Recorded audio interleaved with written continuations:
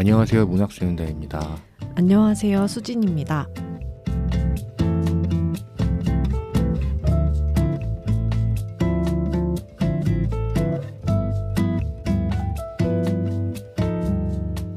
네, 새해 복 많이 받으세요. 해피 뉴 이어입니다. 네, 저 챈들러 씨가 새해 첫 방송인데 지금 숙취로 지금 이 첫 녹음에 불참을 해가지고 좀 죄송하다는 말씀 먼저 드리고 드디어 23화입니다. 저희가 좀 많이 쉬었어요. 네. 연말에 일이 많다 보니까 3분의 2 점검 그리고 문학수연단 오디오 스필집 두 개로 지금 한 3주 떼었는데 이젠 더 이상 미룰 수 없어가지고 네. 녹음을 진행하게 됐습니다. 제가 죄송하다는 말씀 드리고 싶어요. 원래 그전에는 이제 스케줄이 맞지 않아서 몇 주 휴방을 하게 됐고 이어서 바로 떼우려고 했는데 바로 시작을 하려고 했는데 제가 독감을 걸려버렸어요. 근데 마침 독감 걸렸을 때 네. 저도 바쁘고 다 바빠가지고 신신 독감 걸렸네 하면 한편으로는 나도 내 안도감이 드셨나요? 내 스케줄로 인해서 그게 된 게 아니구나. 모두가 그런 거구나 해가지고 다행이다라는 또 생각을 했습니다. 잘 나으셨나요? 제가 후기를 한 가지 말씀드리면 네. 제가 독감을 처음 걸려봤어요. 태어나서. 그래서 독감 백신을 맞아야겠다는 생각을 한 번도 하지 않았거든요. 근데 올해 뭔가 느낌이 좋지 않아서 맞으러 갔더니 품절이라 그러더라고요. 맞아요. 요즘에 맞기 힘들더라고요. 네. 그래가지고 포기를 하고 그래도 뭐 독감엔 걸린 적이 한 번도 없었으니까 괜찮겠지? 하는 안일한 마음으로 생각을 했는데 걸려버렸어요. 근데 정말 아프더라고요. 진짜 깜짝 놀랐어요. 괜히 이름이 독감이 아니구나 싶었어요. 그래서 저는 새해의 모토가 건강 그리고 안전 두 개입니다. 네. 맞아. 일단 살아남고 봐야 됩니다. 네, 모두 건강하고 안전하시길 바라면서 자 오늘 문학수연단 시즌6 제 23화 저희가 읽은 책은 H마트에서 울다입니다. 전 H마트라고 했을 때 좀 홈플러스인 줄 알았어요. 정말요? 네, 홈플러스에서 울다 뭐 이런 건 줄 알았는데 먼저 책과 작가 소개부터 해드리겠습니다. 이 책을 쓴 작가는 미셸 자우너이고요. 정확하게는 미셸 정미 조너. 그러니까 자우너라고 검색을 하면은 미셸 조너로 정정돼서 나오긴 하는데 이게 뭐 그런 발음 차이일까요? 제가 봤을 때는 이분의 자우너라는 성이 독일계의 성인 거 아닌가요? 그래서 독일에선 자우너라고 읽는데 그래서 본인도 아마 자우너라고 하지 않을까요? 근데 영어식으로 읽으면 조너라고 그쵸. 되나 봐요. 그런 것 같습니다. 호날두도 사실 그렇죠. 로나르도 이런 거 다른 그런 거겠죠? 그런 것 같아요. 네. 미셸 자우너는 1989년생이고요. 재패니즈 블랙퍼스트의 보컬이자 작가 그리고 한국계 미국인입니다. 대학에서 창작 글쓰기를 전공했다고 하고 서울에서 한국인 어머니와 유대계 미국인 아버지 사이에서 태어났습니다. 거의 태어나자마자 오리건주의 유진이라는 동네로 이사를 가서 그곳에서 쭉 자랐다고 합니다. 그리고 이분이 작가로서도 이렇게 많이 이슈가 됐지만 음악으로도 꽤 성공을 하셨는데 재패니즈 블랙버스트의 세 번째 정규 앨범 주빌리가 빌보드가 선정한 2021 상반기 최고의 앨범 중 하나로 꼽히고 또 2022년 그래미 어워즈에서 베스트 뉴 아티스트와 베스트 얼터너티브 뮤직 앨범 두 부분에 노미네이트 됐다고 합니다. 이런 상이 요즘에 제가 연말에 가만히 보니까 별 이름의 상이 많더라고요. 베스트 엔터테인먼트 상, 베스트 뉴 뭐 어쩌고. 근데 여기도 그래미도 이렇게 돼가는 것 같네요. 그리고 오늘 읽은 책은 H마트에서 울다입니다. 영어로는 원제는 Crying in H마트이고요.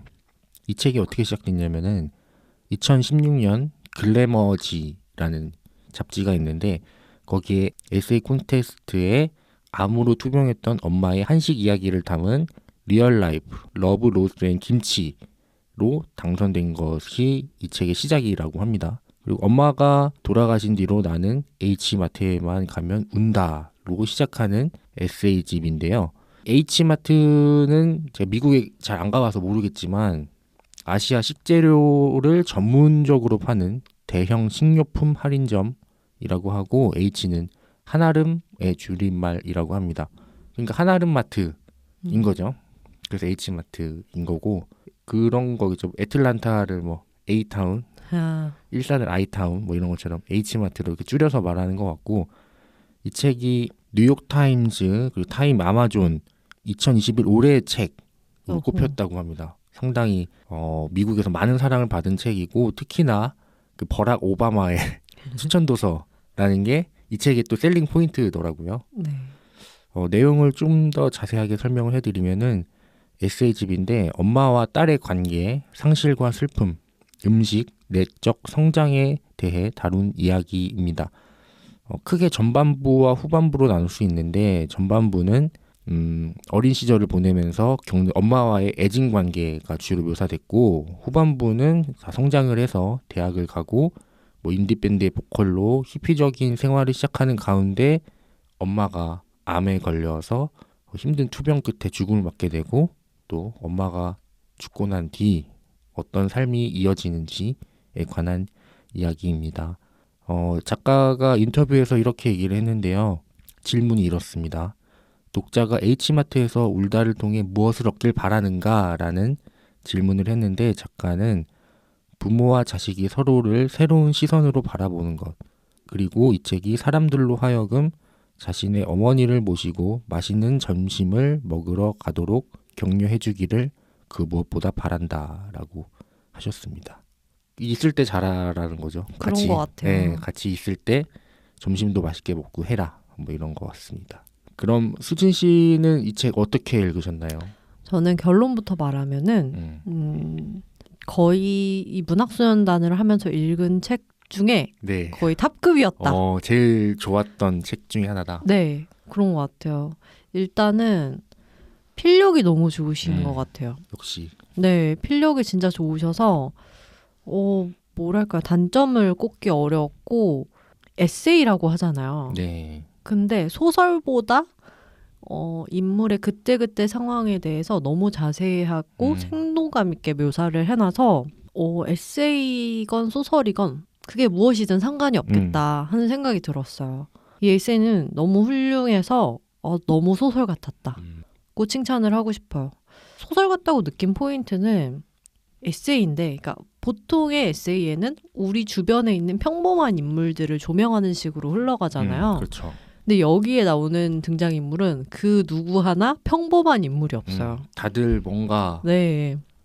여기 나오는 이 미셸 자우너라는 본인도 그 혼혈로 태어나서 자랐고, 그리고 이 사람의 관점에서는 너무 좋은 유년 시절, 엄마와 함께한 뭐 서울도 왔다 갔다 하고 다이나믹하게 생활한 유년 시절인 것 같지만, 또 그때 당시에 엄마 입장에서 보면은 그렇게 너무 말을 징글징글하게 안 들어가지고 힘들었다고 하고, 그리고 뭐 아버지도 어떻게 이런 부분까지 오픈할 수 있지? 그렇죠. 싶을 정도로 아버지의 성매매 사실을 오픈을 하기도 하고, 엄마도 좀 특이하신 분이시고, 또 엄마의 한국 가족들도 못지않게 특이한 분들이시고, 그렇죠. 이모들 특히. 그렇죠. 이모들, 할머니도 진짜 특이하시고, 그렇다 보니까 이거는 이렇게 많은 캐릭터가 이렇게 생동감 있게 묘사가 되다니 하는 감탄이 나오는 그런 글이었던 것 같아요. 그래서 굳이 에세이라고 하고 싶지 않고 훌륭한 글이다 라고 얘기를 하고 싶어요.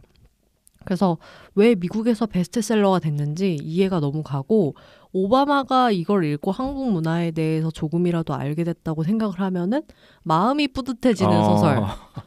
그리고 이게 그렇지 않아요? 그쵸.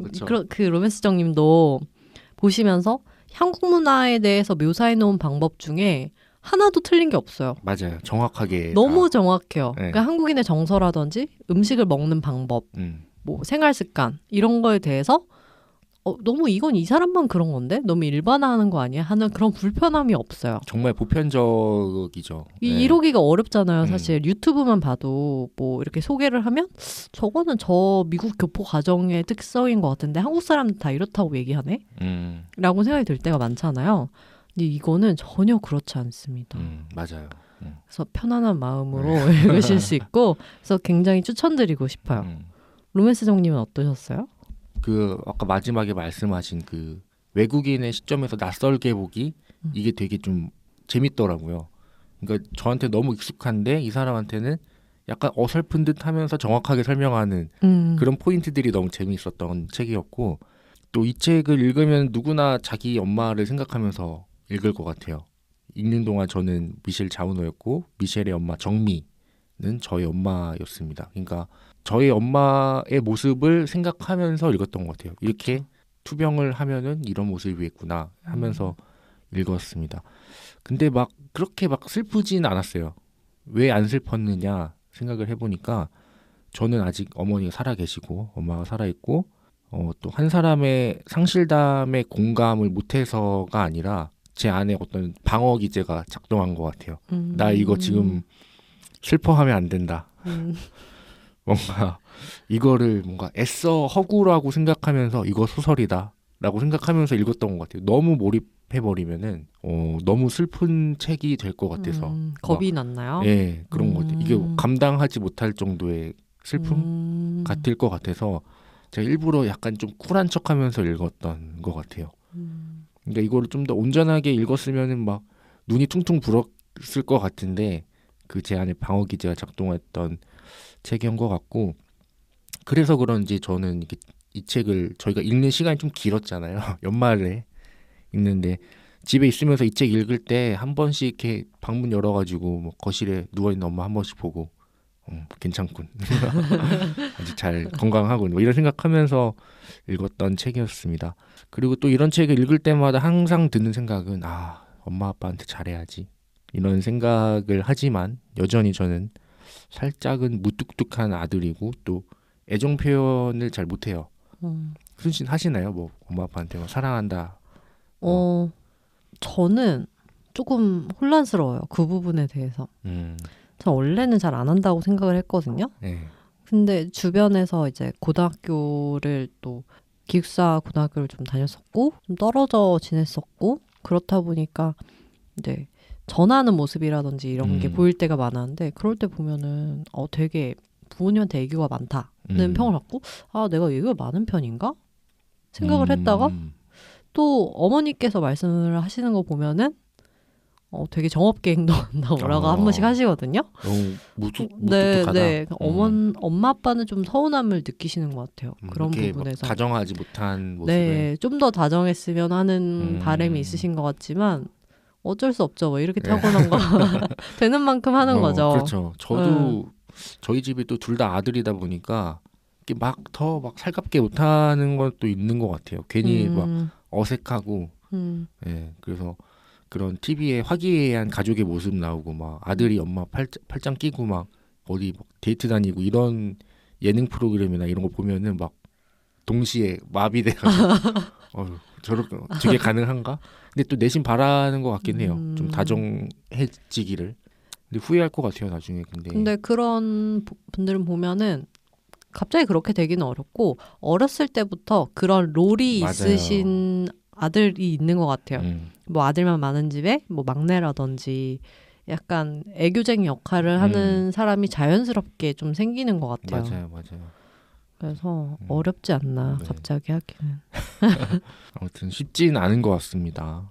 자잘하게 좀 사진도 많이 찍고 좀 기록도 좀 해야겠다는 생각이고 이렇게 이 정도 쓸 거면 평소에 좀 메모를 좀 잘 하는 편이 아니었을까. 진짜요. 너무 생생하게 쓰잖아요. 제가 놀란 지점도 그거였어요. 이게 과거의 일들을 회고하는 어쩌면 회고록인데 어떻게 이렇게 자세하게 쓸 수가 있지? 과거의 일들을? 나는 어제의 일도 이 정도로 생생하게 못 쓸 것 같은데. 한 3일 전 저녁에 뭘 먹었는지 정확하게 기억도 안 나요. 그쵸? 네. 그때 했던 대화며 뭐 그때 느꼈던 것들 뭐 디테일도 그렇고 너무 잘 묘사가 돼 있어가지고 이 사람은 정말 기록을 잘하거나 정말 기억력이 좋거나 둘 중 하나겠다. 뭐 이래저래 비상한 사람인 것 같긴 해요. 네, 음악도 맞아요. 잘하고 글도 잘 쓰고.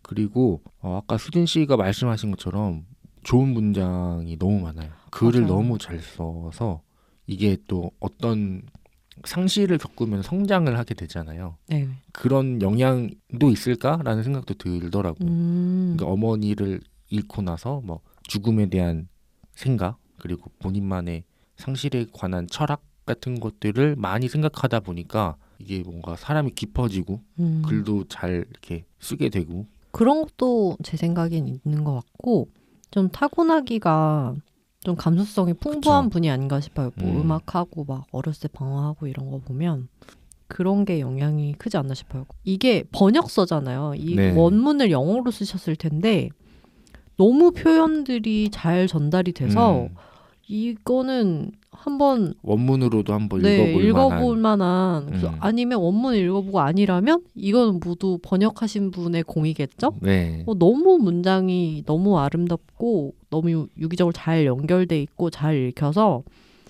너무 좋은 책이다. 맞아요. 그런 생각이 자꾸만 드는 즐거운 독서 네. 경험이었습니다.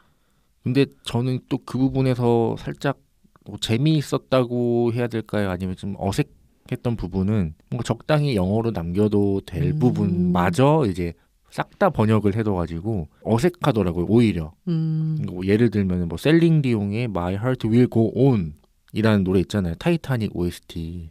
근데 그거를 이제 셀린 디옹의 내 사랑은 계속될 거예요. 이런 식으로 번역을 해놨다거나 뭐 이렇게 써놨던 부분이 오히려 좀 더 헷갈렸습니다. 저는. 그래서 그런 영어 노래 제목 정도는 남겨놓았어도 되지 않았나. 네. 근데 그런 부분 빼고는 뭐 모든 부분이 훌륭했던 책이었던 것 같습니다.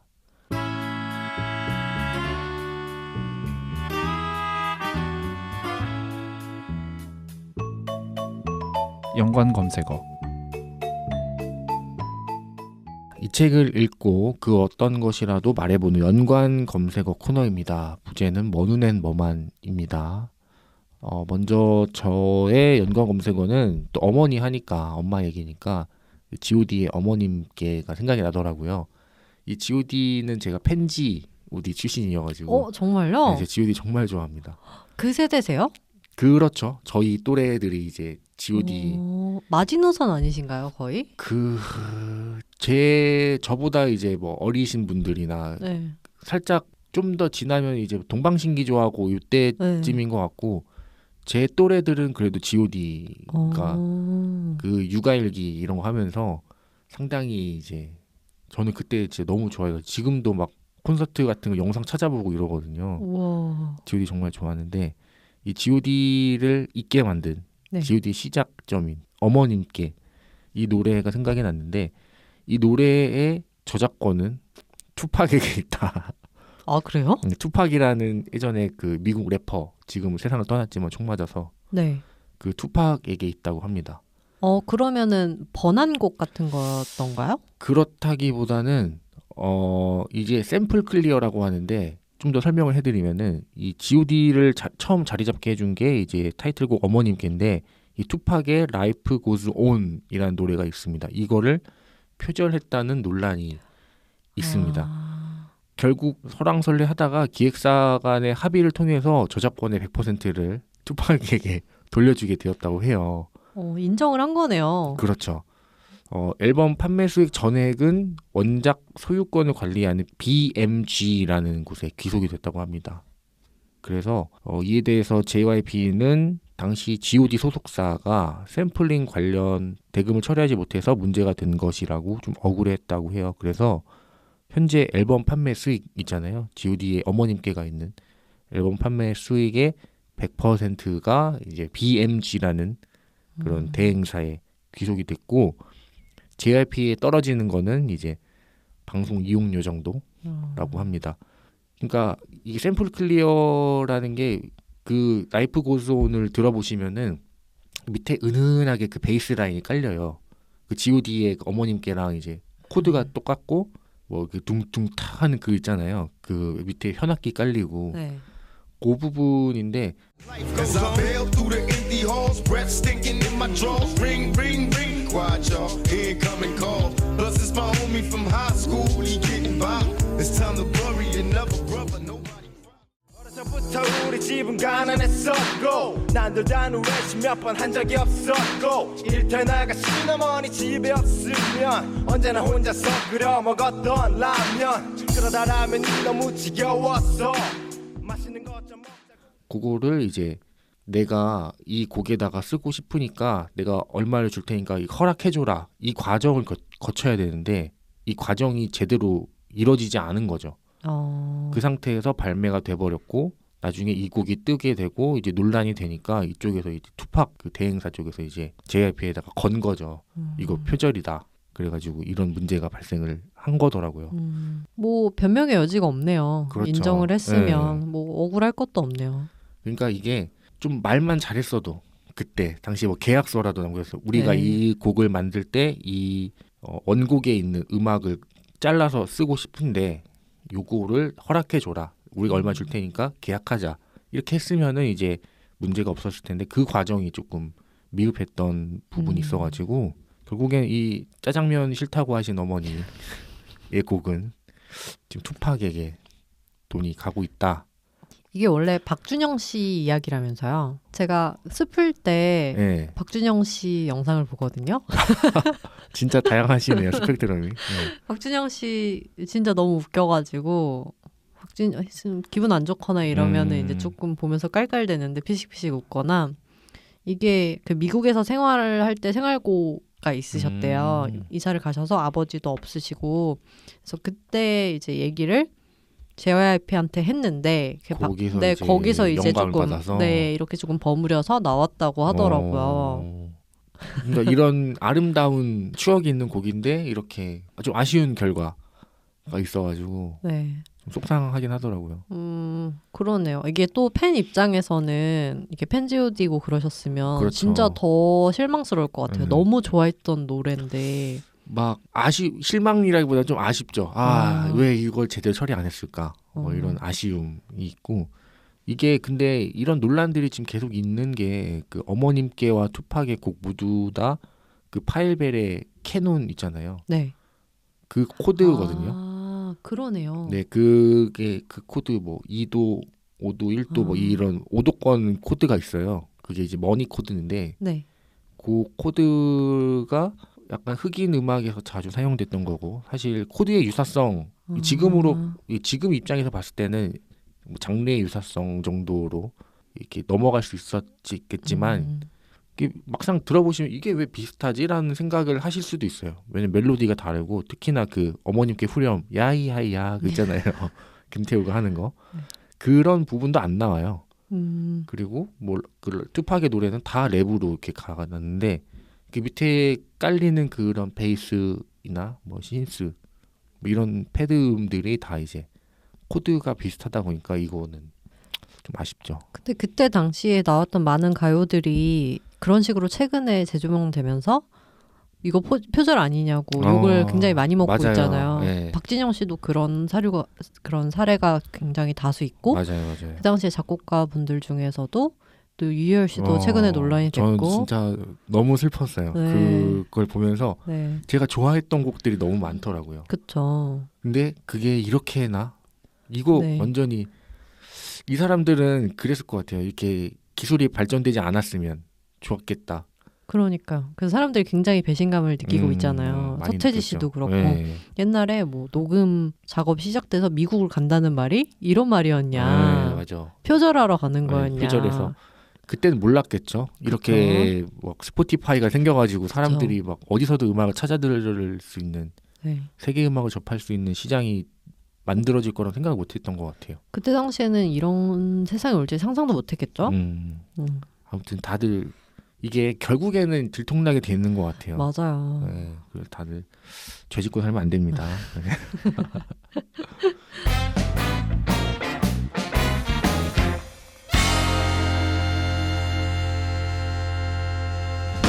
자, 이제 좀 책 내용을 좀 얘기를 해볼 것 같은데 이게 에세이집이다 보니까 어디 줄거리랄 게 없어요. 아까 제가 말씀드렸던 것처럼 뭐 엄마와의 추억을 되돌아보고 특히나 이 음식이 좀 중점돼 있긴 합니다. 음식을 중점적으로 해서 이제 엄마와의 추억을 돌아보는 에세이인데 수진 씨는 그러니까 엄마가 해준 음식 중에 나중에 어떤 게 좀 가장 오래 기억에 남을 것 같은지 그런 추억의 음식 같은 게 있나요? 추억의 음식이요.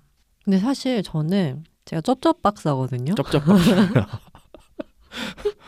어떤 의미죠? 제가 먹는 걸 진짜 좋아하고 먹는 거에 진심이고 맛없는 음식을 먹는 거 진짜 싫어해요. 못 견뎌요, 약간. 맛없는 음식을 먹는 거를. 네, 맛없는 걸 먹기 싫어요. 그래서 약간 식당 같은 데 가서도 맛이 없으면 막 수저를 내려놓고 가만히. 네, 화가 너무 나고 그래서 약간 음식을 고르는데 조금 신중한 편이거든요. 이렇게 맛없는 음식은 피하자. 되도록이면 맛집 좀 찾아다니시고. 네, 그래서 저희 집이 외식을 안 하는 것도 다들 이제 쩝쩝박사인데 이유가 엄마가 좀 음식을 잘하세요. 그래서 그럴 수도 있죠. 그러면. 네, 그럼 엄마가 나중에 안 계시면 정말 세상의 모든 음식이 다 생각날 것 같아요. 어머. 정말 많이 해주셔가지고 이것저것. 그리고 제가 자취를 하면서 음식을 많이 시도를 해봤는데 한식은 이게 마음에 들 수가 없는 게 엄마가 해주셨던 맛의 퀄리티가 있잖아요. 그렇죠. 제가 하면은 그 맛이 안 나더라고요. 아무리 해도. 그게 손맛인 것 같아요. 그 감으로 조미하는 그런 네. 감으로 넣는 그런 용량들. 네. 그런 게 진짜 중요하잖아요. 그래서 찌개 같은 것도 엄마가 하는 걸 계속 항상 보거든요. 집에서. 제가 하는 거랑 별로 안 달라요. 근데 그 맛이 안 나요. 그 맛이 안 나요. 참 신기하죠? 네. 그쵸? 이게 재료가 똑같은데 왜 다른 맛이 나는지. 어떠세요? 저도 제가 제일 좋아하는 음식은 엄마가 해준 음식 중에 제일 좋아하는 음식은 뭐 김치 넣은 청국장 좋아하고 뭐 시래기국 이거 좋아하거든요. 이런 날씨에 딱이네요. 네. 그래서 저는 제가 나중에 모든 걸 실패한다면 이 시래기국으로 일어서 보겠다는 생각도 있을 정도로 레시피가 제 입맛에는 정말 맛있는데 다른 사람들 맛은 모르겠어요. 좋아할지 싫어할지는. 근데 저는 그 시래기국이 제 머릿속에 원탑은 항상 엄마가 해준 그건데 밖에 나가서 먹으면 그 맛이 좀 안 나요. 뭔가 맹숭맹숭하고 그 시원하고 그쵸? 그런 맛이 네, 뭔가 구수하고 구수하고 뭔가 얼큰하고 약간 그 맛이 좀 안 나서 저는 시래기국 먹을 때마다 밖에서 이렇게 일하다 보면은 뭐 이렇게 같이 먹을 일이 많아가지고 이렇게 시래기국 가끔씩 먹는데 이 맛이 아니네 하면서 그냥 먹거든요. 그래서 그렇죠. 네. 근데 그런 평범하고 되게 뭐랄까요, 소시민적인 음식들이 더 맛을 내기 어려우면서 밖에서는 또 먹을 수가 없는 맛이라서 그런 것 같아요. 그런 게 그리운 것 같아요. 사실은 뭐 엄청 사 먹는 화려한 그렇죠. 음식보다는 뭐 갈비찜 뭐 이런 것보다는 네, 그런 것보다는 그런 뭐 평범하고 찌개, 네. 반찬 막 이런 맞아요. 것들, 김치, 그쵸. 이런 거. 특히나 김치. 그쵸. 남의 집 김치 맛없잖아요. 그렇죠. 김치는 진짜 김치 맛은 그런 것 같아요. 네, 자기 집 것만 이상하게 맛있고 네. 남의 뭐 집에 놀러 가서 먹은 네. 김치는 그쵸. 약간 뭔가 뭐야 이렇게 먹게 되는. 약간 각자 집에 스탠다드가 있잖아요. 맞아요. 김치는 이런 맛이어야 한다. 음. 근데 이게 다른 집에 가면은 그게 맞을 수가 없죠. 근데 그 친구는 또 너무 맛있게 먹고. 그쵸, 그쵸. 역시 우리 엄마 김치만 못하네. 그렇게 되는 거고. 혹시 뭐 어머니는 뭐 어떤 음식 좋아하시나요? 저희 엄마요? 저희 엄마는 파스타 좋아하세요. 파스타. 토마토 아니면 크림? 저희 엄마 로제 좋아하세요. 로제 좋아하세요. 중도시네요. 네. 저희 집도 크림 파스타. 그러니까 원래는 양식 안 드셨거든요. 저희 엄마도 원래 그러셨어요. 근데 요즘 막 크림 파스타, 막 크림 리조또 막 이런 거를 엄청 땡겨 하더라고요. 그리고 저는 조금 외출하면은 요즘은 베이커리 카페가 많아서 되게 맛있는 카페가 한 5년? 6년 전부터 되게 많잖아요. 맞아요. 프리츠로 시작해가지고 막 전국의 빵집들이 정말 지금 엄청 맛있는 빵집들이 많아졌는데 그런 거를 어느 날 사다 드렸는데 너무 좋아하시는 맞아요. 거예요. 빵 좋아하고. 빵 진짜 좋아하셔서 그래서 진짜 그거를 좀 신경 쓰는 것 같아요. 외출했을 때 맛있는 빵집 있으면 맛있는 빵집에서 좀 사다 드리고 그래 약간 조금 생색을 내죠. 이거 좀 있으면 품절되는 빵이었는데 내가 사온 거라고. 이게 확실히 좀 나이가 들어감에 집에 들어갈 때 괜히 빈손으로 좀 안 들어가게 되는 게 좀 있는 것 같아요. 맞아요. 괜히 좀 생각나고 맛있는 거 먹으면은 맞아요. 저도 이렇게 뭔가 밖에서 맛있는 거 먹었다 하면은 괜히 한번 싸가고 뭐 좀 더 뭐 이런 게 생기더라고요. 네, 혼자 먹고 들어오면 좀 마음이 그렇죠. 네. 좀 죄송하고 생각나고. 또 갖다 주면 또 너무 좋아해서 막 좋아하면서 먹으니까 또 보는 것도 좋고. 네. 이렇게 되나 나이가 들어가나 봐요. 그런가 봐요. 네. 참. 그리고 또 이게 미셸 자우너의 어머니 정미 씨가 이게 투병했던 이야기인데 건강하신가요, 수진 씨 어머님? 저희 어머니는 큰 병은 없으신데 네, 잔병치레. 골골하십니다. 아. 네. 저희 엄마는 근데 원래 젊었을 때부터 조금 그런 잔병이 많으신 스타일이어가지고 항상 아빠랑 저랑 걱정을 좀 하는데 근데 저는 이거 보면서 저희 엄마랑 되게 비슷하시다고 생각했어요. 약간 병원 잘 줄 안 가시는 것만 빼고 약간 화장품 이런 거 막 이렇게 많이 바르시고 그리고 청소하시는 거 특히 엄청 약간 이렇게 흘리는 거 엄청 싫어하시고 약간 강박적으로 닦으시고 막 이런 게 네. 저희 엄마랑 되게 비슷해서 우리 엄마가 미국에 가서 살았어도 저렇지 이런 않았을까? 모습이었겠다. 네, 네. 저희 어머님은 간 쪽이 좀 안 좋아. 저희 외가 쪽이 또 유전이세요? 예. 저희 외할머니가 이제 간 때문에 돌아가셨는데 저희 어머니도 약간 그런 간이 좀 좋지는 않은 상황이고 저도 그렇더라고요. 그래요? 간 수치가 높으세요? 수치가 높다기보다는 좀 간이 약한 편이라고 해서 뭐 예 그렇더라고요. 예전에 뭐 A형 간염도 막 걸리고. 그러셨어요? 네. 아무튼 간이 안 좋은데 그래서 좀 신경이 쓰여요. 저는 그래서 좀 더 몰입했던 것 같아요. 그러니까 이 간이 안 좋다는 사실을 안 지가 한 8년 정도 됐는데 처음 들었을 때는 막 진짜 세상이 무너지는 기분. 지금 이렇게 건강하고 항상 영원할 것 같잖아요, 부모님. 네. 근데 그때 처음 좀 달리 생각했던 것 같아요. 맞아요. 이거 아닐 수도 있겠다. 이 TV에 나오는 내용이 내 얘기가 될 수도 있겠다는 생각이 처음 들었는데 지금은 잘 유지를 하고 계시지만 그래도 뭔가 정상인의 범주보다는 조금 안 좋은 상황이어가지고 몰입이 좀 더 됐거든요. 그래서 제가 아까 말씀드렸지만 방어 기제 작동. 나 여기서 지금 좀 더 몰입하면 큰일 난다. 이 생각이 들긴 하더라고요. 그쵸. 엄마가 아프다 그러면 진짜 세상이 무너지는 것 같아요. 그렇죠. 저는 아직 상상이 안 돼요. 그게 가능한가? 엄마 없이 사는 게. 그런 삶이 가능한가? 그래서 그런 말 제가 본 적 있어요. 엄마랑은 못 살아도 엄마 없이 못 산다? 그러네요. 이제 명언이네요. 네, 그런 얘기를 본 적이 있어요. 근데 딱 이 미셸 자우너가 느꼈던 그런 감정이지 맞는 않을까요? 것 같아요. 네. 엄마랑 애증의 관계이면서도 엄마가 없으니까 세상이 무너지는.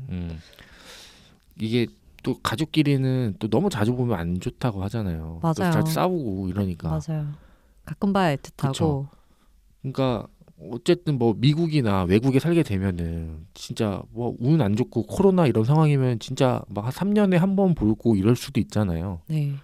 근데 이제 뭐 그래도 뭔가 살아 있다는 안 봐도 마음이 편안한 게 있는데 그쵸. 뭔가 이제 진짜 이 세상에 없다고 하면은 그쵸. 어떤 마음일까? 3년을 못 봐도 그냥 내가 미국에 있는 것처럼 그런 느낌일까? 뭐 이런 생각도 들긴 하더라고요. 눈앞에 안 보이는 건 똑같으니까. 여러모로 슬퍼지네. 네, 효도 권장 도서가 아닌가 그런 것 같아요. 싶습니다. 그리고 미셸 자우너는 H마트에서 울었죠. 수진 씨는 어디에서 울게 될 것 같아요? 문득 엄마랑 여기서 뭐 했었는데 하면서 그런 장소가 있나요? 글쎄요. 그런 거보다는 어떤 장소가 있다기보다는 그냥 뭐 하다가 생각이 나면은 뭐 했던 말들 같은 게 잠깐 스쳐 지나고 다른 사람이랑 대화를 하다가 엄마랑도 이런 말 했었는데 뭐 이런 거 하기로 했는데 그러면은 문득문득 울게 되지 않을까 싶어요. 네. 어떨 것 같으세요? 저도 이걸 좀 생각을 해봤거든요. 저는 남산이거든요. 남산에 올라가면 최근에 엄마 생일 때 이제 남산에 갔는데 막 너무 좋아하는 거예요. 저는 그렇게 좋아하는 거 처음 봤어요. 정말요? 네. 그러니까 분명히 뭐 남산도 몇 번 왔다 갔다 했는데 저는 그때는 그렇게 뭐 기뻐하는 모습 못 봤는데 최근에 이제 남산 타워 갔을 때 막 너무 좋아하는 거예요. 사진도 막 제가 한 수십 장 찍어주고 막 이랬는데 그런 거 보면서 나중에 남산 오면은 이 생각 진짜 많이 나겠다 생각이 들더라고요. 뭐 높은 데 있으면 사람이 좀 설레고 하잖아요. 밤에 야경 보고 이러면은. 아, 저희 아빠가 하시는 말 중에 저희 할머니가 살아생전에 저는 할머니를 뵌 적이 없는데 자연농원이었던 시절 있잖아요. 에버랜드가. 그때 할머니를 모시고 아빠가 조금 젊을 때 20대 초반인가? 중반? 그때 20대 때 할머니를 모시고 나들이를 갔대요. 그래가지고 막 도시락 싸가지고 근데 막 그때는 식물원 같은 게 흔하지 않아서 열대 식물들 같은 거 막 사이에서 막 사진을 찍고 막 엄청 좋아하셨대요 할머니가. 네. 근데 그때 카메라 필름에 빛이 많이 들어가서 사진을 다 못 쓰게 됐대요. 그러고 나서 이제 할머니가 아프셔서 돌아가셨는데 편찮으시면서 그게 그렇게 생각이 난다고 하시더라고요. 그 자연농원이었을 때 할머니랑 나들이 간 그게. 네. 아이고. 저희 아빠의 H마트는 아마 자연농원이 아닐까 에버랜드. 다들 H마트가 있을 것 같아요. 하나씩 분명히 이 에피소드 들으시면서 나는 엄마와 어떤 곳에서 어떤 생각을 할지 한번 생각을 해보시는 것도 좋을 것 같고 또 이 책에서 좀 기억에 남았던 내용 같은 게 있을까요? 기억에 남았던 내용이요? 근데 다 진짜 다 인상적이었어요. 맞아요. 뭐 어느 하나 그냥 스쳐가는 내용이 없었던 것 같아요. 저는 이 부분이 되게 인상 깊었는데 그 장면 있잖아요. 그 새 신발을 뭐 샀는데 엄마가 막 하루 종일 신고 돌아다녀가지고 길들여 놓는 거. 부츠를. 예, 뭐 이렇게 처음 신으면 딱딱하니까 양말을 2개를 신고서 예, 2개 어머님이 신고 이렇게 하루 종일 집에서 걸어다니고 미국이니까 가능하죠. 집에서 신발 신고 있는 게. 집에서 이렇게 걸어다니면서 나중에 딸이 신발을 신었을 때 발이 아프지 않도록 발이 딱 맞도록 그렇게 신고 다녔다는 내용. 이런 걸 보니까 와 딸에 대한 사랑이 진짜 어마어마하셨구나 라는 생각도 들고 또 저는 최근에 본 어떤 에피소드 중에 그 에피소드가 가장 감동적이었어요. 아, 그 에피소드가 그 엄마가 그렇게 신발 신고 돌아다녔다. 신발을 미리 길들여놨다는 그게. 네. 왜냐하면 그거를 하는 엄마의 발은 아팠을 거 아니에요. 근데 그거를 이제 뭐 딸한테 내가 신고 다녀서 늘려놨어 이런 말은 안 하셨던 것 같아요. 그냥 딱 봐도 엄마가 이렇게 해놨구나. 자연스럽게 느꼈던 것 같은데 네. 이게 저한테는 꽤나 감동적인 포인트여가지고 너무 인상이 깊어가지고 나중에 저도 뭔가 제 발이 커서 그런데 제가 아들을 갖게 된다면 제 발 사이즈 정도 된다면은 구두를 미리 네, 미리 좀 이렇게 해줘도 좋겠다라는 생각이 들더라고요. 그래서 그 부분이 인상 깊었습니다. 저는 지금 생각이 났는데 여기서 이 주인공이 어렸을 때는 이제 엄마랑 되게 이 동네가 뭐라 그랬죠? 이름이? 유진이라는 오레곤에 있는 이 동네가 너무 외진 곳이어서 엄마밖에 친구가 없었던 거예요. 그래서 엄마랑 친밀하게 지내다가 이제 사춘기가 오면서 엄마랑 엄청 싸우게 되고 대학을 안 간다 그러고 맞아요. 막 록밴드 한다 그러고 막 기타 사달라 그러고 막 그러면서 막 재활원을 막 왔다 갔다 하면서 마약도 하고 막 그런 싸우는 과정들이 저는 사춘기가 좀 늦게 왔거든요. 23살? 이때 안 돼. 제가 거의 비슷했어요. 음악만 안 했습니다. 약도 하셨나요? 아, 약은 안 했는데 네. 저도 그때 막 그런 우울증도 오고 그리고 또 공황장애도 그때 심하게 와서 진짜 많이 싸웠던 것 같아요. 꽤 심각하게. 네. 그래서 거의 죽다 살아났죠. 그래서 그러다 보니까 이 싸우는 과정과 대화들이 낯설지 않았습니다. 특히나 네. 또 이렇게 딸과 엄마의 관계는 네. 좀 특별하다고들 다들 보통 얘기하잖아요. 뭐 나중에 친구가 된다 뭐 이런 식으로 얘기도 하긴 하는데 친구 같다는 거는 제 생각에는 친구라고 하기에는 너무 가까운 것 같아요. 이게 적당한 거리가 있어야 네, 되는데 친구는 그래도 적당한 거리가 있는데 이게 또 애써서 그나마 거리를 유지를 해야 될 만큼 약간 유대적으로 가까운 부분이 있어서 그래서 제 주변에도 막 더 친구처럼 지내는 더 가깝게 지내는 친구들이 있는데 뭐 남자친구랑 있었던 일도 다 얘기하고 이런 친구들도 있는데 그런 친구들 보면은 이렇게 되게 아무렇지 않게 이렇게 엄마랑 그런 얘기를 하면서도 드문드문 힘들어하더라고요. 그렇게 엄마가 나에 하면서? 대해서 너무 모든 것을 알고 모든 것에 대해 음. 참견하려고 한다는 게 너무 힘들다. 거리를 멀게 유지하기가 더 힘든 게 엄마와 딸의 관계인 것 같아요. 그러니까 친구면은 아이 그래 뭐 네 인생이니까 하는데 엄마는 그게 안 되잖아요. 안 되죠. 등짝부터 등짝부터 맞고 시작하는 거죠. 그렇죠. 네. 네. 아무튼 이래저래 또 엄마의 생각이 좀 많이 나는 맞아요. 네, 책이었고 참 좋았어요. 저는 읽으면서. 진짜. 네.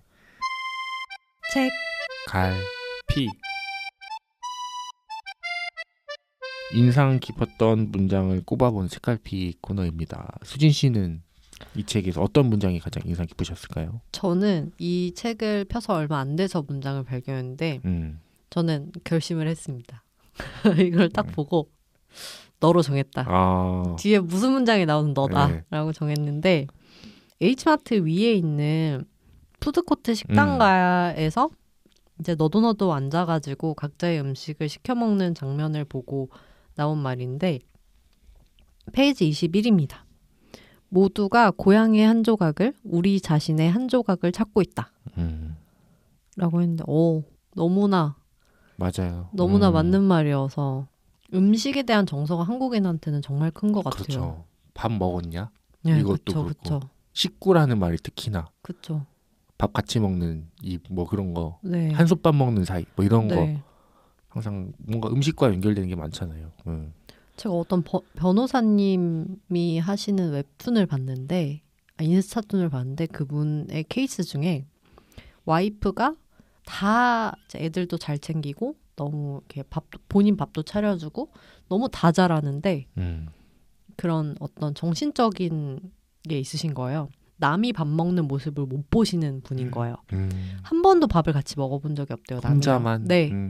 그래서 이제 그 남편은 처음에는 그냥 만나서 마냥 좋고 그랬는데 어느 날부터 얘가 나랑 절대로 밥을 안 먹는다는 거를 알게 문득 되고 깨달은 거예요. 네. 왜 나랑 밥을 안 먹지? 네. 근데 다른 문제는 아무것도 없는데 이게 이혼 사유가 되냐고 찾아왔다는 거예요. 그리고 한 달인가 지나서 그래도 이혼을 해야겠다고 오셨대요. 그래도 식구라는 게 같이 평생 밥을 먹는 사이인데 그렇죠.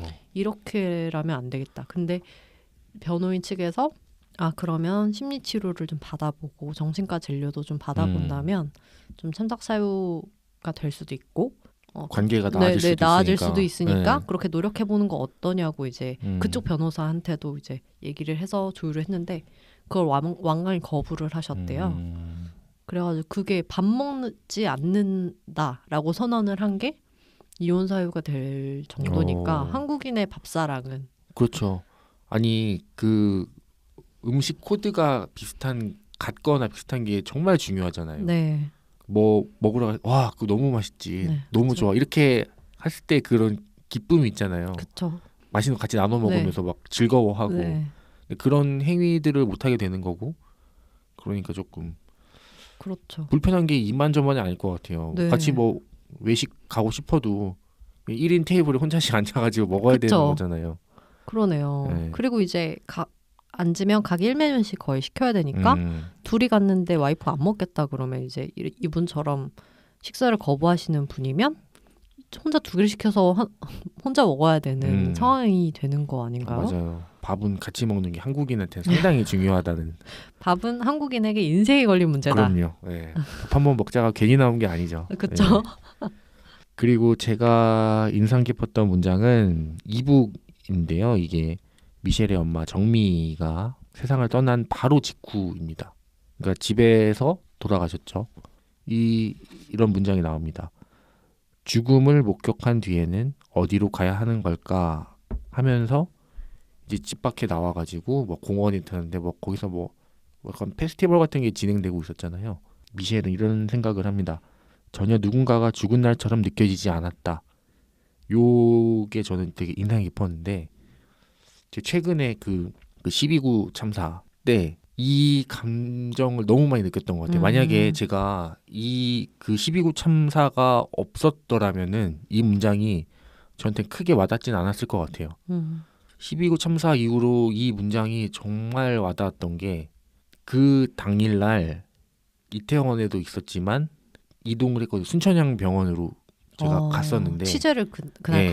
가셨었어요. 예. 현장에서부터 순천병원까지. 이태원에 있다가 이제 순천향병원에 갔는데 순천향병원 앞에서 이렇게 뭐 구급차들이 못 들어가요. 너무 많이 시신이 운구돼서 오니까 네.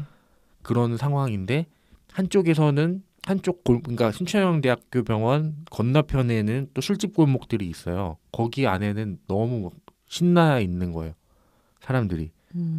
제가 거기 주변 화장실 갈 데가 없어가지고 찾아다니시다가. 찾아다니다가 그냥 술집에 화장실 들어가는데 사람들 뭐 술 게임 하고 있고 뭐 너무 행복해 보이고 특히나 또 그런 현장 중계 연결을 하는데 막 사람들이 이렇게 막 부의하면서 지나가고 막 이러는 거예요. 할로윈 코스튬한 사람들이. 그러니까 그때만 해도 그분들은 다른 데서 어떤 참사가 벌어지고 있는지 알고 상황 파악이. 있었어요. 왜냐하면은 저한테 아, 자기가 찍은 거 보여주면서 이거 뭐 방송국에 필요하지 않냐, 자기 보내주겠다 하면 그렇게 말하는 사람들이 막 부의하고 막 그 길 하나를 두고 생과 사가 오가는 그 모습을 보니까 환멸이 너무 나는 거예요. 인간애가 사라지네요. 네. 그래서 와 어떻게 이럴 수가 있지? 그때 진짜 사람한테 많이 실망한 것 같아요. 내가 만약에 이런 죽음을 겪어도 세상은 그냥 똑같이 이렇게 흘러가겠구나. 맞아요. 길 횡단보도 하나 건너 사람들은 그냥 뭐 아무 일 없이 그런 일이 있어도 뭐 내일은 아니니까라고 생각하고 넘어가겠구나라는 그런 마음들이 들면서 모르겠어요. 근데 가족을 잃어보면 가족을 잃어도 그런 생각이 드는 것 같아요. 진짜 나는 막 죽을 것 같고 이 세상이 끝난 것 같은데 그래도 다음 날은 오고 사람들은 회사를 가고 밥을 먹고 네, 야속할 정도로 그렇죠. 너무 잘 흘러가거든요, 세상이. 네. 그게 참 그래서 약간 더 현실감이 없고 더 믿어지지 않는 것 같아요. 그래서 시간이 몇 년씩 지나도 뭐 한 해 두 해 지나도 죽었던가? 가끔은 거짓말 같고 그렇죠. 그런 것 같아요.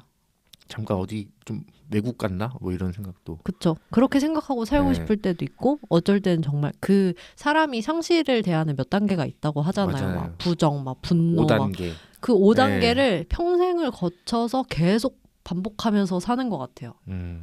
그렇죠. 네, 막 체념도 했다가 막 슬펐다가 그런 것 같아요. 언젠간 모두 다 세상을 떠나니까. 그렇죠. 이거는 진짜 필연이잖아요. 그냥 정해진 네. 운명이잖아요. 세상을 네. 떠난다는 건. 이게 생각이 진짜 많아지더라고요. 많았어요. 이 책을 읽으면서 물론 저희 엄마 생각도 했지만 삶에 대해 생각도 하고 네. 또 뭐 그런 거 있잖아요. 뭐 형제 자매 상 이런 거 할 때 회사에서 휴가 주는 뭐 3일, 5일 이런 것도 딱 뭔가 그때만 슬퍼해라. 딱 거기까지만 슬퍼할 시간 주고 나머지는 정상적으로 돌아와라. 근데 제가 겪어보니까 네. 3일, 5일을 정해주는 게 그냥 안 겪어본 사람 입장에서는 좀 야박해 보일 수 있는데 겪어보면 출근을 하는 게 낫습니다. 빨리 일상을 뭔가를 찾아가는 게 울면서라도 뭔가 하는 게 나아요. 그 사람이 마냥 울고 있으면 견딜 수가 없어요. 그쵸. 제정신으로. 계속 네. 수렁에 빠지게 네, 되잖아요. 잠도 못 자고. 그러니까 낮에 좀 피곤해야 저녁에 좀 울면서라도 잘 수 있고 이런데. 네, 그렇습니다. 저는 얼마 전에 저희 엄마 아빠가 그 보건소에 가면 연명 치료를 거부할 수 있는 그 DNR권을 그 설정을 할 수가 있더라고요. 전 그걸 몰랐는데 엄마 아빠가 어느 날 신청하셨어요? 효자손을 받아오신 거예요. 그래서 네. 엄마 이 효자손은 뭐야? 그랬더니 아니 보건소 갔는데 이거 주더라. 보건소를 왜 갔어? 뭐 그랬어요. 그랬더니 그거를 하고 오셨다는 거예요. 그게 CPR 네, CPR 받지 않겠다는 거랑 이제 특히나 기도삽관을 해가지고 그런 호흡기 장치를 연명 치료를 혹시나 하면 하지 않겠다는 서약서인데 저는 그걸 하고 오실 줄 몰랐어요. 그걸 찾아가지고 하고 오셨더라고요. 어머. 그리고 효자손을 각 한 개씩 두 개씩 받아오셨더라고요. 네, 그래서 되게 본인이 결정을 하신 것 같아서 뭐 본인이 그렇다면 그냥 이렇게 확실히 정해놓는 게 서로 좋겠다 싶기는 하면서도 자식들 입장에서 약하는 마음이 묘하죠. 벌써 이런 생각을 하시나? 네. CPR 정도는 해볼 수 있는 거 아닌가요? 그러니까 그렇죠. 나는 세상이 그렇죠. 무너진다는데 한 번쯤 살아나줄 수 있는 거 아닌가? 잠깐 컨디션 안 좋아서 CPR 할 수도 있는 거잖아요. 나는 지금 할 거 있는데 그쵸. 그때는 해야 되는데. 그러니까요. 로맨스정님은 어떠세요? 그런 거 만약에 길 가다가 서명할 수 있는 기회가 생겼다. 그럼 하실 것 같으세요? 아, 저도 할 것 같아요. 연명치료 안 하는 네. 걸로. 뭔가 그런 저는 좀 그게 있어요. 가족들한테 피해 끼치지 말고 이 세상 조용히 떠나자. 죽음에 대한 방식에 고민이 많은 것 같아요. 그러니까 나를 누군가 수습하지 않아도 될 정도의 그렇게 됐으면 좋겠는. 포장하듯이 딱딱 해가지고 그냥 그러니까 너무 이렇게 막 지저분한 과정을 예. 거쳐서 힘들게 죽고 싶지 않으시다는 예. 거죠. 뭐 그렇습니다. 자, 좀 많은 얘기를 한 것 같은데, 그러네요. 예, 자 오늘 이 책의 한 줄 평과 별점을 들어보도록 하겠습니다. 먼저 로맨스 정입니다. 빠르게 발달하는 과학 기술이 미우면서도 어쩔 땐 더 빨랐으면 싶기도. 별점은 5점 만점에 3점입니다. 3점. 네, 잘 읽었는데 네. 제 방어 기제 때문에 이 책 더 높게 주면 안 될 것 같아요. 이거는 제 마음속으로는 솔직히 막 4.5점 이래요. 근데 기록으로는 이렇게 남겨두고 싶어요. 제일이 되지 않았으면 좋겠어서. 수진 씨는요? 대한민국 우리의 문화 한 조각 맛보십시오. 이거 정말 외국인한테 한국 문화의 그렇죠. 첫걸음으로 소개하기에 너무 좋은 맞아요. 책인 것 같아요. 그래서 저는 5점 만점에 4.5점 드리고 싶어요. 이게 또 영화로 나온다고 해요. 그래요? 네, 영화 된다고 합니다. 그래서 이게 또 이게 괜히 또 옮겨놨다가 실망하는 결과가 발생하지 않았으면 좋겠는데. 책보다 훌륭할 수 없을 것 같아요. 그렇죠. 이 문장력을 어떻게 영화로 옮기느냐는 감독의 큰 숙제이긴 하겠지만 어쨌든 만들어진다고 하니 나오면 한번 들여다볼 생각은 있을 것 같아요. 너무 슬플 것 같아요. 이 영화 나오면은. 딱 그걸, CJ 감성으로 풀어내기 딱 좋은 영화 약간 아닌가요? 국제시장 감성.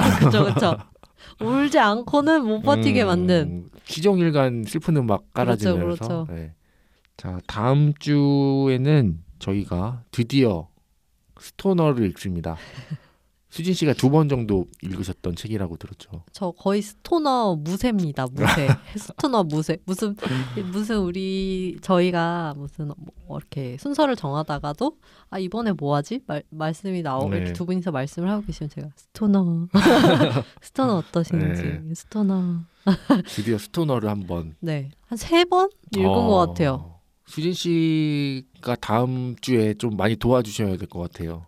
꽤나 이렇게 장벽이 있다고는 들어가지고 이게 뭔가 이렇게 처음에 허들 넘기가 어렵다고 하긴 하더라고요. 이게 확 이렇게 몰입되기가. 약간 잔잔하기는 해서 뭐랄까요?